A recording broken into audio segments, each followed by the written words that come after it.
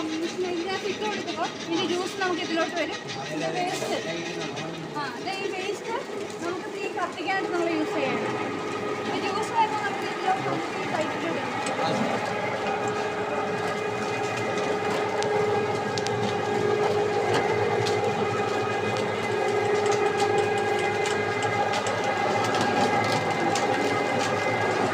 നമുക്ക് ഈ പൈപ്പിലൂടെ വന്നിട്ട് ആ ടാങ്കിൽ 4 ഫിൽറ്റർ വെച്ചിട്ടുണ്ട്.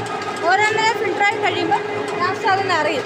നിറഞ്ഞു കഴിയുമ്പോൾ മോട്ടർ ഓൺ ചെയ്ത് കൊടുത്തു കഴിഞ്ഞാൽ ഈ ജ്യൂസ് നമുക്ക് ആ പൈപ്പിലൂടെ നമുക്ക് അവിടുത്തെ ടാങ്കിലോട്ട് അവിടെ നമ്മൾ ഫിൽറ്റർ ചെയ്ത് സ്റ്റോർ ചെയ്യണം. എന്നിട്ട് അത് ഇനി ഉണ്ടാവില്ല ചണ്ടിയായി അല്ലേ?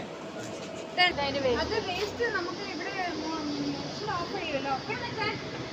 മെഷീൻ ഓഫ് ചെയ്യുമ്പോൾ അതിൻ്റെ വേസ്റ്റ് നമുക്ക് തീ കത്തിക്കാനായിട്ട് അവിടെ തീയുടെ ആവശ്യമുണ്ടല്ലോ. അപ്പോൾ നമ്മളിത് ഈ കൊട്ടക്കകത്ത് പോയി അതിൻ്റെ ഇട്ട് കൊടുക്കും. അതായത് കൺവെയർ ബെൽറ്റ് യൂസ് ചെയ്യാത്ത സമയത്ത് മാനുവലായിട്ട് ചെയ്യും. ഇത് നമ്മൾ കൈ കൊണ്ട് ഹാൻഡ് വർക്ക്. ഇതിൽ നമ്മൾ കരിമ്പ് ഇട്ട് കൊടുക്കുമ്പോൾ 3 പ്രാവശ്യം ഈ കരിമ്പ് തന്നെ നമ്മൾ പിന്നെ ഇട്ടാൽ മാത്രമേ ജ്യൂസ് മറ്റൊന്നും വേണ്ട. ഇപ്പോൾ ഓട്ടോമാറ്റിക് ഓട്ടോമാറ്റിക്കാണ്. ഒറ്റ പ്രാവശ്യം മതി നമുക്ക് ജ്യൂസ് കംപ്ലീറ്റ് ആയിട്ട്. നമ്മളിവിടെ ഉണ്ടയാണ് ഉണ്ട സർക്കരയാണ് നമുക്ക് ഇവിടെ കിട്ടുന്നത്. അവിടെ സെയിലുണ്ടല്ലേ? ഇത് നമുക്ക് ഓട്ടോമാറ്റിക് പഴയതല്ല, ഇത് ഒറിജിനൽ അടുപ്പിന്റെ ഡെമോയാണ്. നമുക്ക് അവിടുത്തെ അടുപ്പാണ് ഇത്. ഇത് നമുക്ക് അതിന്റെ ഉൾവശം കാണാൻ പറ്റത്തില്ല. മുകളിൽ പാത്രമൊക്കെ ഉള്ളതുകൊണ്ട് അടിയിൽ തീ കളറുണ്ട്. ഈ ഉൾവശം എന്ന സംഭവം മനസ്സിലാക്കാൻ പറ്റാത്തതുകൊണ്ട് നമ്മളിതിങ്ങനെ ഡെമോ വെച്ചേക്കുന്നുള്ളൂ. അപ്പോൾ ഇതാണ് അടുപ്പ്. ഇതിന് മുകളിൽ വശത്താണ് പാത്രം വരുന്നത്. ഇതിൻ്റെ അടിയിൽ ഒരു ഹോൾസ് ഉണ്ട്, അടിയിൽ ഇവിടെ താഴെ. അപ്പോൾ അത് നമുക്ക് ഓക്സിജൻ പുറത്തോട്ട് പോകാനുള്ളതാണ്. പിന്നെ നമുക്ക് ഈ ഒരു വശത്താണ് നമ്മൾ തീ കത്തിക്കുന്നത്. ഒരു വശത്ത് നമ്മൾ ഈ സൈഡിൽ കത്തിക്കുമ്പോൾ നമുക്ക് 2 വശത്തോട്ടും തീ കിട്ടണം. അപ്പം അതിനുള്ള ഹോൾസാണ് അത് ആ സൈഡിൽ. അതിലൂടെ നമുക്ക് ആ പാത്രത്തിലോട്ട് അപ്പം അത് നമുക്ക് 2 അടുപ്പായിട്ടാണ് വരുന്നത്. അപ്പോൾ അത് നമുക്ക് ജ്യൂസ് തിളപ്പിക്കാനായിട്ടാണ്. നമുക്ക് തിളപ്പിക്കുന്നതിൻ്റെ കാരണം എന്ന് വെച്ചാൽ നമുക്ക് സമയം ലാഭിച്ചെടുക്കാനാണ്. നമുക്ക് സർക്കര ഉണ്ടാക്കണമെങ്കിൽ 4 മണിക്കൂർ വേണം. പക്ഷെ ഇതിൽ തിളപ്പിക്കുന്നുണ്ട് 2 മണിക്കൂർ സർക്കര ഉണ്ടാക്കിയെടുക്കാൻ പറ്റും.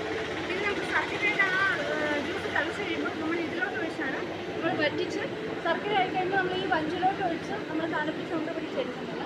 ഇത് പേസ്റ്റ് വരുന്നത് ഈ റോപ്പിലൂടെ വന്നിട്ട് ഈ മെഷീനിൽ കട്ട് ചെയ്ത് നേരെ ഈ റേഡിലോട്ട് വന്നിട്ട് ഇവിടെ ഉണങ്ങി നേരെ അടുപ്പിലോട്ടാണ് പോകുന്നത്. അപ്പോൾ നമ്മൾ അത് സ്ട്രൈറ്റായിട്ട് തീ കത്തിക്കാനായിട്ട് തന്നെ അത് യൂസ് ചെയ്യുന്നു.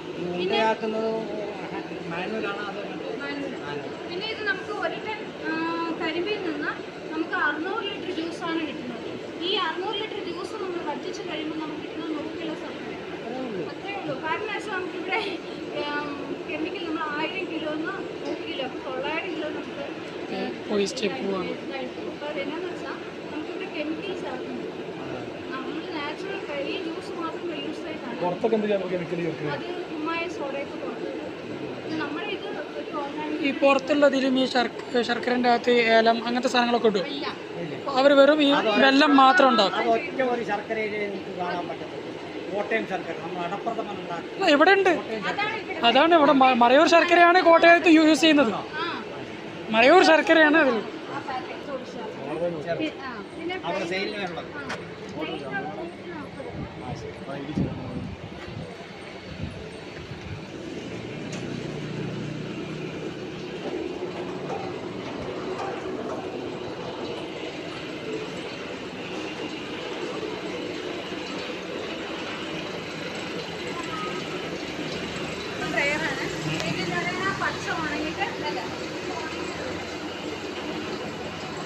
അതിൽ കട്ട് ചെയ്ത് നേരെ അടുപ്പിലോട്ട്. അപ്പോൾ അവിടെ നേരത്തെ കണ്ട ഡെമോ അടുപ്പിൻ്റെ ഒറിജിനൽ സാധനമാണ് ഇപ്പോൾ ഇതെല്ലാം ഒറിജിനലാണ്. ഈ അടുപ്പ്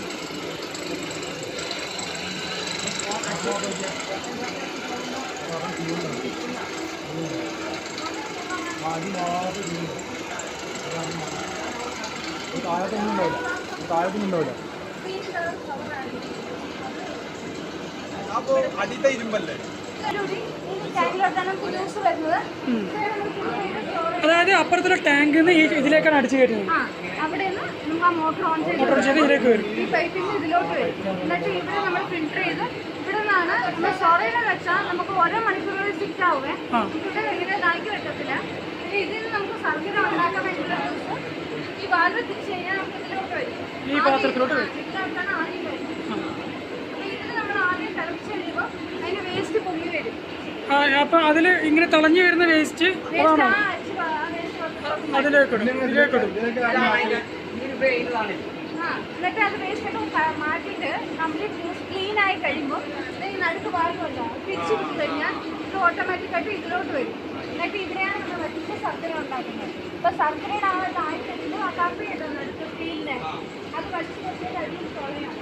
അതിലൂടെ ഈ കോരി എടുക്കുന്നത് ഇതിന്റെ വേസ്റ്റ് ആണ്. വേസ്റ്റാണ്. ഇങ്ങനെ പാട പോലെ വെട്ടി വരുന്നതാണ് ശർക്കര എന്നുള്ള വേസ്റ്റ് വരുന്നത്. പിന്നെ ഇത് നമുക്ക് ഈ ഇതാണ് അതിനുള്ളിൽ സത്ത്. എന്താ ഏറ്റവും അടിയിലിരിക്കുന്ന സത്ത്. അപ്പൊ ഇത് നമുക്ക് പാത്രത്തിന് അടിവശം മാത്രം നമുക്ക് ചൂട് വരുള്ളൂ. സൈഡിലും മുകളിലും ചൂട് കാണത്തില്ല. അതൊക്കെ കൈവിടല്ലേ, സൈഡില് പുറത്ത് മുകളിലോട്ട് ഇട്ടാൽ ഒരു 2 സെക്കൻഡ് ചൂട് വച്ചിട്ടാൽ അതൊക്കെ എന്തിനാ യൂസ് ചെയ്യുക? ഈ പിന്നെ പാട എന്തിനാ യൂസ് ചെയ്യുക? അത് നമ്മൾ കരിമീൻ വളവായിട്ട് യൂസ് ചെയ്യും. വളമായിട്ട് പോകും. വളവായിട്ട് ഇത് ശർക്കരയായിട്ടും പോകും. ഇത് ശർക്കരയായിട്ട്. അപ്പോൾ ഇത് എത്ര മണിക്കൂർ വേണം ഇങ്ങനെ അത് തിളച്ച് ആവാൻ വേണ്ടി, സെറ്റ് ചെയ്യാൻ വേണ്ടിയിട്ട്? ഇത് നമുക്ക് 4 മണിക്കൂറാണ് സമയം 4 മണിക്കൂറാണ് ഉണ്ടാക്കാനായിട്ട്. പക്ഷേ ഇത് നമ്മൾ ഇതിവിടെ തടുപ്പിക്കുന്നുണ്ട്. നമുക്ക് 2 മണിക്കൂർ ശർക്കര കഴിയും. അപ്പോൾ നമുക്ക് പകുതി പേർക്ക് സമയം നമ്മൾ ലാഭിച്ചെടുക്കും. 2 മണിക്കൂർ കഴിയാവും. ആ അടുപ്പിലേക്കുള്ള ഓക്സിജൻ എടുക്കുന്ന സ്ഥലമാണത്. ഇതാണ് ഓക്സിജൻ. അതാണ് ഇത് നമുക്ക് ഒരു വശത്ത് കത്തിക്കുന്ന 2 വശത്തോട്ട് നിർത്തി ഇത് അവിടെ ഉണ്ട്.